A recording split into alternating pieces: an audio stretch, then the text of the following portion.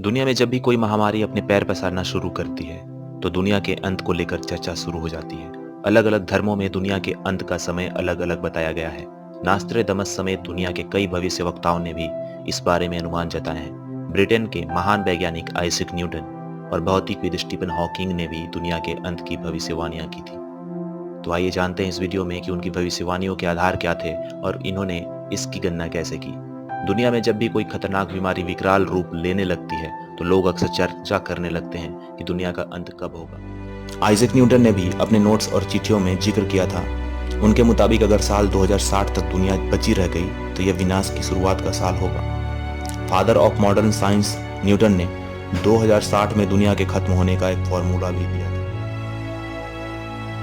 Newton ने एक note में लिखा था, अगर इंसान यह सोचता है कि वो हमेशा के लिए रहेगा तो ऐसा बिल्कुल नहीं है। उनका भी समय आएगा जब इंसान धर्म को मानना बंद कर देगा, तभी से उसका अंत शुरू हो जाएगा। दुनिया भी एक दिन खत्म हो जाएगी। दुनिया में मौजूद हर चीज कुछ समय के लिए रहेगी।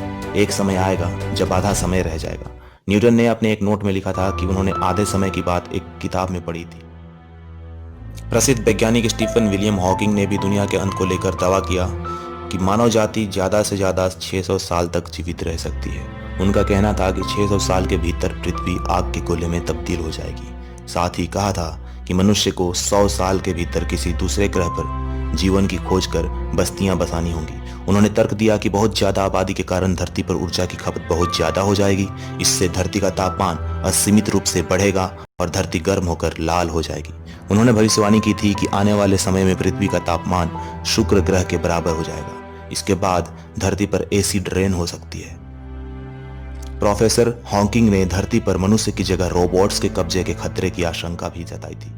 उनके अनुसार आने वाले सालों में रोबोट खुद एक स्वचालित सभ्यता बनकर मनुष्य पर कब्जा कर सकते हैं। एक अंतर्राष्ट्रीय वेबसाइट को दिए साक्षात्कार में स्टीफन ने कहा कि हमें आर्टिफिशियल इंटेलिजेंस के विकास की तरफ बढ़ते हुए इससे जुड़े खतरों के बारे में भी ध्यान देना चाहिए।